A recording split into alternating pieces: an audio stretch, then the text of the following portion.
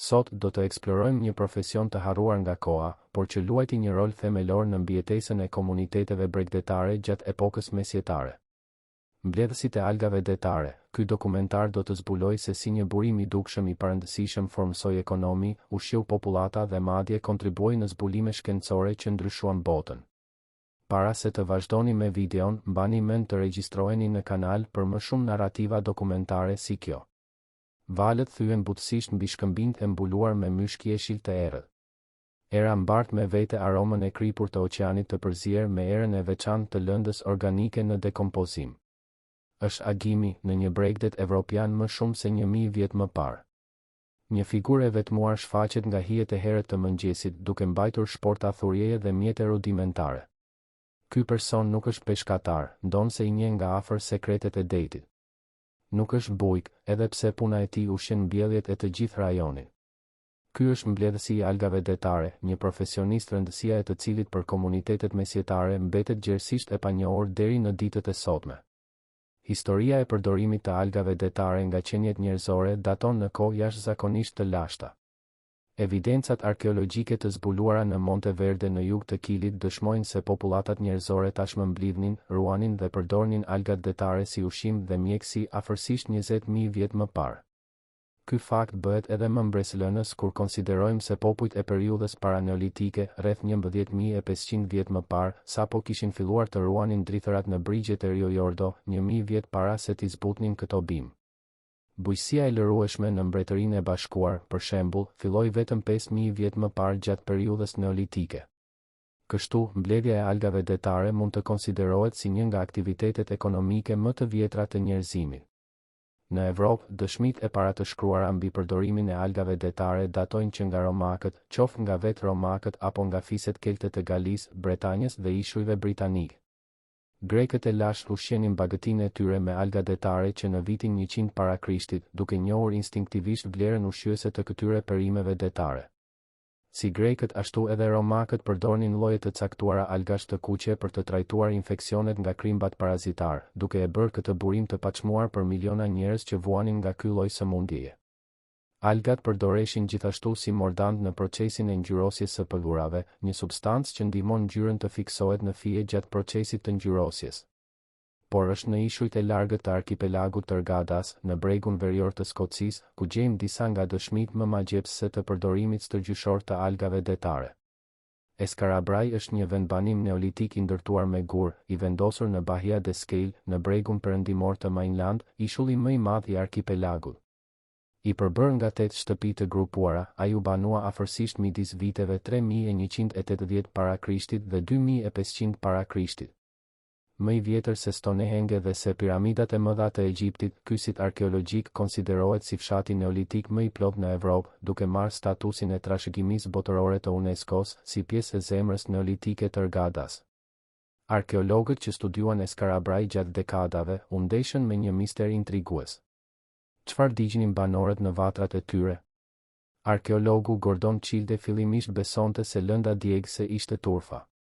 Por analizat e detajuara të modeleve të vegjetacionit sugjeruan se kushtet klimatike të favorshme për zhvillimin e shtresave të trasha të turfës nuk ekzistonin në atë pjesë të Tërgadas deri pasi Eskarabrai ishte braktisur. Lëndë të tjera të mundshme djegëse përfshinin drurin e sjellë nga deti dhe plehun e kafshëve. Megjithatë, ka dëshmi domethënëse se algat detare të thara u përdoren gjerësisht si burim energjie. Në disa site në Tërgadas, studiuesit gjetën një material qelçor të ngjashëm me skorjen, i quajtur kelp ose kramp, i cili mund të jetë mbetja e algave detare të djegura. Jeta në Eskarabrai, 5000 vjet më parë, ishte e shënuar nga përshtatja kreative ndaj burimeve të disponueshme. Tërgadas ishin disa gradë më ngrohtë në atë kohë dhe drerët e derat e egër bredhin nëpër kodra. Frutat e pyllit dhe barishtet rriteshin me bollëk dhe banorët e Eskarabrai ushqeheshin me zogj deti dhe vezët e tyre. Kishte liçene afër që siguronin ujë të ëmbël, por në një tokë ku pemët ishin të pakta, algat detare përfaqësonin një burim jetik jo vetëm si lëndë djegëse, por edhe si foragjere për kafshët. Studimet e fundit duke përdorur analizën e izotopeve të qëndrueshme në mbetjet faunistike të Eskarabrai, dëshmuan se delet konsumonin sasi të moderuara të algave detare që nga momenti i futjes së tyre në Tërgadas, Një praktikë që lehtësoi përhapjen e suksesshme të mënyrave të jetesës bujqësore deri në zonat më të largëta të Evropës. Duke ecur mijëra vjet përpara në kohë, arrim në periudhën mesjetare si të tillë, kur figura e mbledhësit të algave detare shfaqet si një profesion i përcaktuar dhe i njohur në komunitetet bregdetare. Gjatë Idade Media, mbledhësi i algave ishte një punëtor thelbësor në shumë rajone bregdetare, veçanërisht në ato me mungesë të theksuar të tokave të lërueshme të përdorshme për bujqësi. Në këto zona, algat dhe peshqit mund të përbënin pjesën më të madhe të dietës së popullatës dhe algat gjithashtu mund të përdoreshin si pleh për tokat bujqësore të disponueshme. Në Irland, mbledhja e algave detare praktikohej me bollëk që nga shekulli i 13 të etutje, me qëllim përmirësimin e prodhimit të ushqimit, duke ndihmuar korrjet të rriteshin më shpejt. Edhe sot, ekziston një industri e madhe plehrash me bazë algat detare në Irland dhe Skoci, që ndihmon fermerët të marrin maksimumin nga tokat e tyre. Fermerët mesjetar e dinin se toka kthente vetëm atë që hidhej në të. Përveç margës, një përzierje argjile dhe karbonat kalciumi, algat detare përdoreshin si pleh i vlefshëm. Fermerët gjithashtu e dinin se plehu më i mirë ishte plehu i kafshëve. Megjithatë, fermerët e vegjël nuk mund ta përballonin koston e ushqyerjes së numrave të mëdhenj të kafshëve dhe plehu shpesh ishte i pakët. Mbledhësit mesjetar të algave zhvilluan teknika të sofistikuara për aktivitetin e tyre. Tradicionalisht, ata thjesht mblidhnin alga përgjatë bregut, duke mbledhur speciet që rriteshin brenda zonës së batitave. Kjo punë kryhej kryesisht gjatë batitave të ulta, kur rripa të gjerë shkëmbinjsh dhe plazhesh mbeteshin të ekspozuar, duke zbuluar tapete algash me ngjyra dhe tekstura të ndryshme. Mbledhësit duhej të njihnin nga afër ciklet e batitave, stinët e vitit dhe vendet më të mira për të gjetur çdo lloj alge. Disa specie ishin më të përshtatshme për ushqim, të tjera për pleherim dhe të tjera akoma për përdorime mjekësore ose industriale.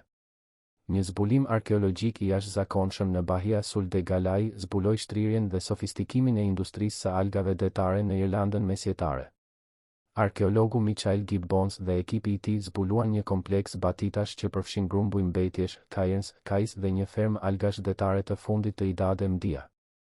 Rrjeti përgjatë afërsisht 30 kilometrave bregdet sugjeron një ekonomi bregdetare të lullzuar përgjatë rreth 7.000 viteve në rajon. Ferma e algave në Alganish Island, poshtë Buren, në kufirin midis Galai dhe Klare, është më e madhja dhe më e ruajtura e llojit të saj në të gjithë bregdetin irlandez.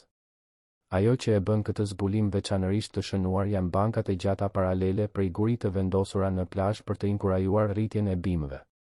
Çdo bank paralele ishte e ndarë nga shtigje për karroca, me korrjen e algave të kultivuara që rritej në kopshte midis këtyre shtigjeve. Ky konfigurim tregon se Irlanda mund të ketë qenë po aq e avancuar në kultivimin e algave detare sa vendet aziatike si Japonia dhe Kina janë aktualisht. Korrja e kultivuar ishte më pak e kontestuar brenda komunitetit sesa algat e fryera nga era përgjatë plazhit të njohura si Buala de Este Arte. Komplekse të ngjashme u gjetën në vende të tjera të Irlandës, përfshirë Achill Sound në qarkun e Mayo dhe Mulroy Bay në qarkun e Donegal. Ndonë se asnjë nuk ishte aq mirë i ruajtur sa ai Alganish, duke kaluar detin e veriut, arrim në një nga historitë më të jashtëzakonshme lidhur me përdorimin e algave detare, Ila de Lësën në Danimark. E vendosur në pjesën veriore të Kattegat, ngushtica që ndan detin e veriut nga deti Baltik midis Danimarkës dhe Suedisë, ky ishull i vogël zhvilloi një traditë arkitekturore unike që mbijeton edhe sot. Gjatë Idade Media, Lësë u bë i famshëm për industrinë e tij të kripës. Ishulli ishte praktikisht i mbushur me krip. Uji nëntoksor përmbante më shumë se 15 krip dhe, gjatë verave të nxehta dhe të thata, kripa kristalizohej natyrshëm në livadhe të mëdha kripore. Qindra furra kripe u ndërtuan në ishull për të rafinuar produktin. Kjo industri e lullzuar, megjithatë, kishte një kosto të tmerrshme për mjedisin lokal. Furrat kërkonin lëndë djegëse të vazhdueshme, e cila sigurohej nga pyjet e kufizuara të ishullit. Erdhi një ditë kur banorët kishin prerë pemën e fundit. Industria e kripës përfundimisht hyri në rënje dhe braktisi ishullin, duke lënë pas një popullsi pa dru për ndërtim apo lëndë djegëse. Ishte atëherë kur banorët e Lësë dëshmuan një kreativitet të shënuar. Ata filluan të përdornin dru nga anijet e mbytura, që ngecnin shpesh në shkëmbinj në New York dhe cektinat rreth ishullit për të ndërtuar shtëpitë e tyre. Dhe për të mbuluar këto struktura, ju drejtuan burimit më të bollshëm që kishin në dispozicion, algat detare. Specia e përdorur njihet si elgras ose erva anguilla, një bimë detare që rritej me bollëk në ujërat e cekta rreth ishullit.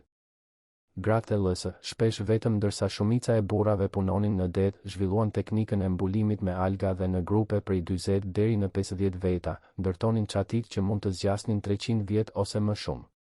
Procesi përfshinte tharjen e algave, rrotullimin e tyre në tufa të trasha të quajtura vasker dhe pastaj gërshetimin e tyre përmes trarve për të formuar çati me trashësi deri në 2 metra, që peshonin midis 35 deri në 40 ton. Arsyeja pse këto çati të jashtëzakonshme zgjasnin aq shumë qëndron në një veti kimike vendimtare, si druri i sjell nga deti, ashtu edhe algat detare ishin të ngopura me ujë të kripur. Përmbajtja e lartë e kripës i bënte të dyja materialet më rezistente ndaj kalbjes dhe motit. Me kalimin e kohës, çatit vjetroheshin dhe ngurtësoheshin në një masë të vetme, e cila jo vetëm ishte e papërshkueshme nga uji, por edhe rezistente ndaj zjarrit, duke u bërë të mundshme për t'u shkelur pa shkaktuar dëme. Gjatë shekujve, banorët e ishullit rregullisht qëndronin në majtë të shtëpive të tyre me një teleskop, duke vëzhguar përmes ishullit të rrafshët dhe pa pemë në kërkim të anijeve të kapura në stuhi. Anijet e mbytura ishin burimi i vetëm i drurit në lësë. Në kulmin e kësaj tradite, gjatë shekullit Zviji, kishte rreth 250 shtëpi dhe ferma me çati algash detare në ishull. Sot mbeten më pak se 20. Në vitet 1920, një sëmundje kërpudhore shkatërroi një pjesë të madhe të erva anguilla rreth ishullit, duke shkaktuar një rënje të këtij lloji mbulimi. Por përpjekjet moderne të ruajtjes kanë punuar për të mbajtur gjallë këtë traditë unike. Një projekt konservimi i mbështetur nga fondacione daneze destinoi miliona korona për restaurimin e gjerë të shtëpive më të denja për të ruajtur, të cilat do të marrin çati të reja algash detare. Turistët tani mund të vizitojnë ishullin dhe të vëzhgojnë këtë artizanat shumë të veçantë duke u praktikuar. Duke u kthyer në kontinentin evropian dhe duke ecur drejt fundit të Idade Media dhe fillimit të erës moderne, gjejmë përdorime të reja për algat detare që do të transformonin jo vetëm ekonominë, por edhe vetë shkencën. Gjatë erave moderne, substanca si soda bruta, e përdorur në industritë e qelçit dhe sapunit, mund të nxirreshin nga algat detare. Ky përdorim arriti kulmin e tij gjatë luftës së pavarësisë amerikane, por ra më vonë kur burime më efikase të sodës u bën të disponueshme. Megjithatë, gjatë luftërave napoleonike, një zbulim i ri nxiti përsëri tregtinë e algave detare. U zbulua se algat ishin një burim i mirë kaliumi, i cili mund të përdorej atëherë për të krijuar salitër, që nga ana e tij përdoret për të krijuar barull. Prodhimi i salitrit ose nitratit të kaliumit ishte thelbësor për përpjekjen e luftës franceze. Tradicionalisht, salitri prodhohej duke përdorur hirin e drurit, por Franca, ashtu si Anglia, po mbetej pa dru dhe burime të tjera ishin dëshpërimisht të nevojshme. Kështu, prodhuesit ju drejtuan hirit të algave detare, të gjetura me bollëk përgjatë brigjeve të Normandisë dhe Bretanjës. Ishte në një nga këto fabrika prodhuese të salitrit në Francë, në vitin 1811, që ndodhi një nga zbulimet shkencore më të rëndësishme të shekullit XX. Bernardo Curtua, i lindur në dion më 8 shkurt 1777, ishte djali i një prodhuesi salitri.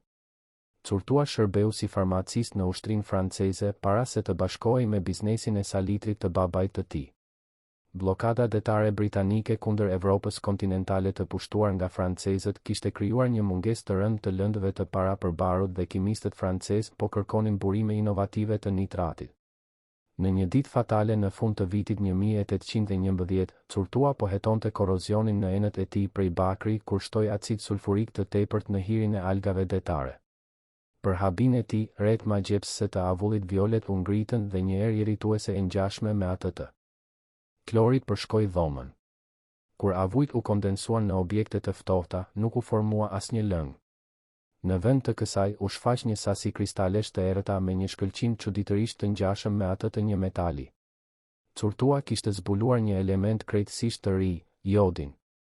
Curtua vuri re se substanca e re nuk formonte përbërje lehtësisht me oksigjenin apo karbonin, se nuk dekompozohej në nxehtësinë e kuqe dhe se kombinohej me hidrogjenin dhe fosforin. Ai vëzhgoi se ajo kombinohej drejt për drejt me metale të caktuara pa eferveshencë dhe se formonte një përbërje shpërthyese me amoniakun. Megjithse këto veti të spikatura e bënin të dyshonte për praninë e një elementi të ri, i mungonte vetbesimi për të ndërmarrë një hetim të plot në laboratorin e tij të pajisur keq dhe ishte shumë i varfër për të marrë kohë nga bizneset e tij. Prandaj, ai u kërkoi dy miqve nga Dijon, Charles Bernard de Sormes dhe Nicolas Clement, që të vazhdonin kërkimet e tij. Zbulimi u njoftua botës shkencore në nëntor 1813, 2 vjet më vonë. Kimisti francez Joseph Louis Gay Lussac studioi substancën dhe e emëroi jod, rrjedhur nga fjala greke ioades, që do të thotë ngjyrë violet. Kimisti i famshëm britanik Humphrey Davy, pavarësisht luftërave napoleonike në vazhdim midis Britanisë së Madhe dhe Francës, mori pasaporta nga qeveria franceze në njohje të famës së tij dhe gjithashtu studioi elementin. Si Davy, ashtu edhe Gay Lussac arritën në përfundimin në mënyrë të pavarur se bëhej fjalë për një element analog me klorin, dhe të dy njohen Bernardo Curtua si zbuluesin e vërtet të jodit. Aplikimet e jodit u shumë fishuan shpejt. Vetëm 7 vjet pas njoftimit të Curtua, një mjek në Zvicër, Jan Francois Coindet, zbuloi se dozat e jodit mund të reduktonin gushën BCOS, duke treguar se gusha është një sëmundje nga mungesa e jodit, gjë që në fakt është.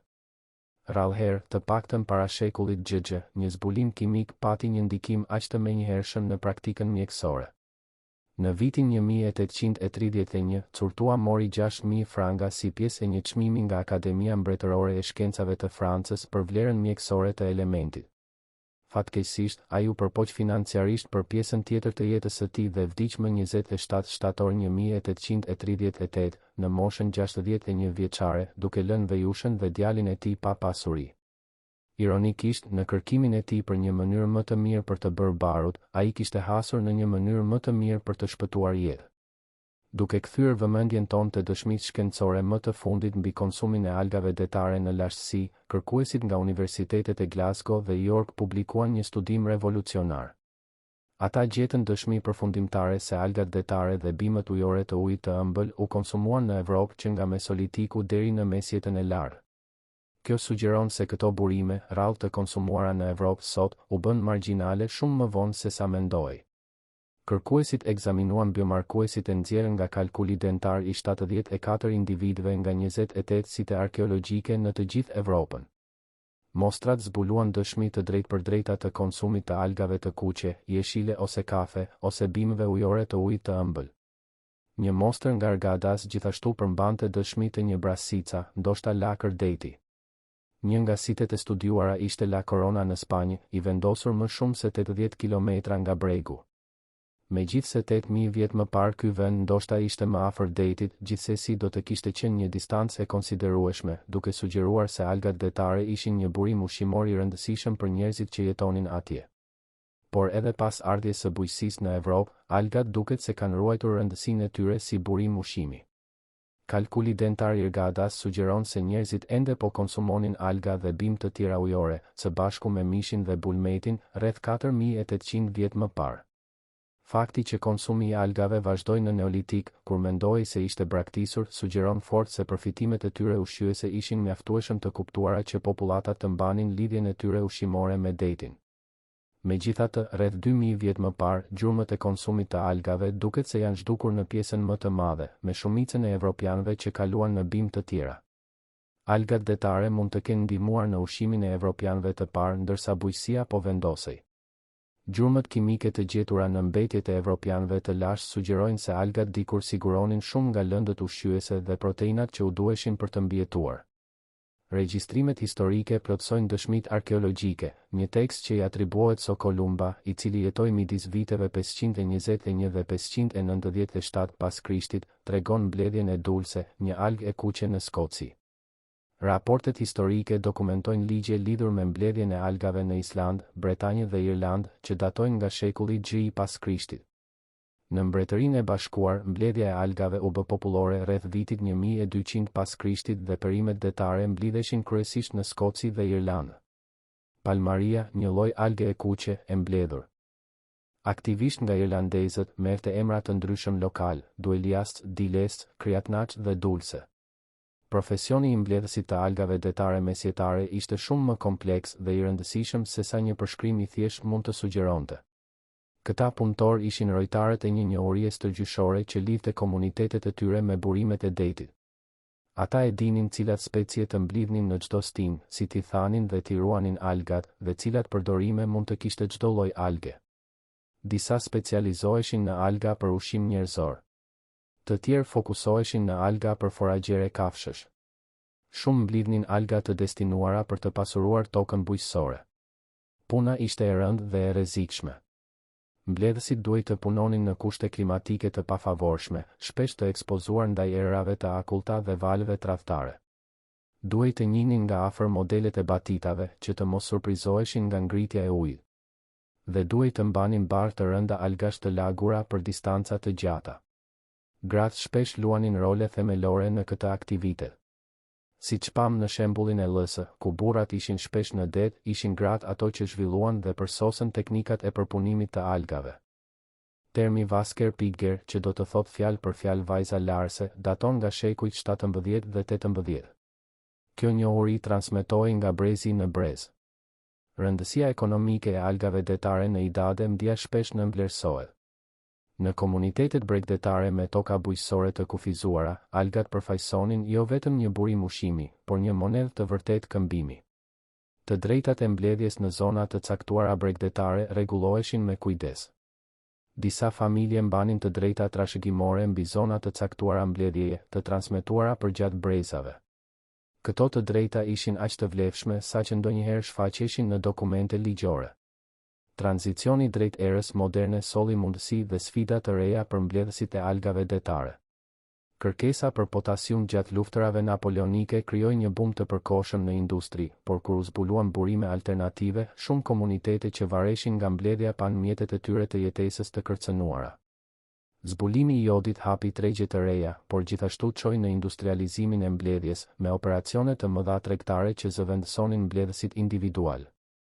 Megjithatë, trashëgimia e mbledhësve të algave detare mesjetare mbetet gjallë në mënyra surprizuese. Në Irlandë dhe Skoci, industria e plerave me bazë algat vazhdon të lulëzojë. Në Galaj, fermat e lashta të algave detare dëshmojnë një sofistikim teknik që rivalizonte praktikat aziatike. Në Danimark, shtëpit me çati algash detare të L-së u bën simbole të trashëgimisë kulturore dhe shembuj të ndërtimit të qëndrueshëm. Projektet e restaurimit po punojnë për të ruajtur këto struktura unike, ndërsa arkitektët bashkëkohor eksplorojnë mënyra për të përfshirë materiale me bazë algat në ndërtimet moderne. Jodi, i zbuluar rastësisht në një fabrikë salitri franceze, u bë një element i domosdoshëm në mjekësinë moderne. Ai gjendet në ekranin e telefonit tuaj celular dhe në monitorin e kompjuterit tuaj. Mungesa e jodit prek rreth 2 miliard njerëz dhe është shkaku kryesor i parandalueshëm i paftësive intelektuale. Historia e mbledhësit të algave detare mesjetare është, në analizë të fundit, një histori e përshtatjes njerëzore dhe qëndrueshmërisë. Është historia e komuniteteve që mësuan të lulëzojnë në mjedise sfiduese, duke shfrytëzuar burime që popujt e tjerë injoronin. Është historia e njohurisë së transmetuar përmes brezave, e teknikave të përsosura përgjatë shekujve, e traditave që lidhnin njerëzit me tokën dhe detin. Kur ecim sot nëpër një plazh dhe shohim alga detare të grumbulluara nga batita, rrallëherë mendojmë për rolin themelor që ky material luajti në historinë njerëzore. Nuk mendojmë për mbledhësit mesjetar që zgjoheshin para agimit për të mbledhur alga në shkëmbinjt e rrëshitshëm.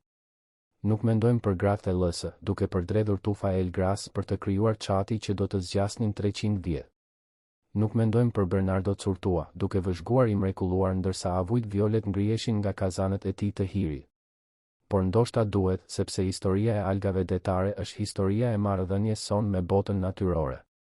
Gjurmët arkeologjike të Eskarabrai, fermat e algave mesjetare të Galaj dhe shtëpit me çati algash të L-së, na kujtojnë se zgjidhjet për sfidat bashkëkohore shpesh mund të gjenden në njohuritë e paraardhësve tanë.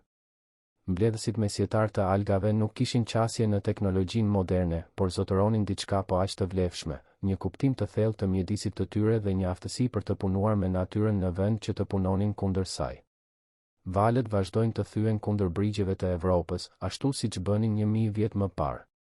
Algat detare vazhdojnë të rriten në shkëmbinj dhe të lundrojnë në ujërat e cekta, dhe ndonë se mbledhësit mesjetar të algave kanë zhdukur prej kohësh, trashëgimia e tyre mbetet gjallë në tokën që pleheruan, në shtëpitë që mbuluan dhe në zbulimet shkencore që mundësuan. Nëse ky udhëtim nëpër kohë zgjoi kuriozitetin tuaj, ju ftojmë të bëheni pjesë e komunitetit tonë të eksploruesve historik. Regjistrohuni në kanal për të ndjekur ekspeditat e ardhshme në zanate të tjera mesjetare dhe epoka magjepsëse të historisë njerëzore. Lini komentin tuaj duke ndarë se çfarë ju surprizoi më shumë në këtë dokumentar: shtëpit me alga që zgjasin 300 vjet, zbulimi aksidental i jodit apo fermat irlandeze të algave që rivalizonin teknikat aziatike. Pjesëmarrja juaj pasuron komunitetin ton. Pëlqeni këtë video nëse e vlerësuat këtë udhëtim në të kaluarën, pasi çdo pëlqim na lejon të vazhdojmë këtë punë të shpëtimit të kujtesës historike. Së bashku, mund të garantojmë që profesionet si ai i mbledhësve të algave detare të mos harrohen.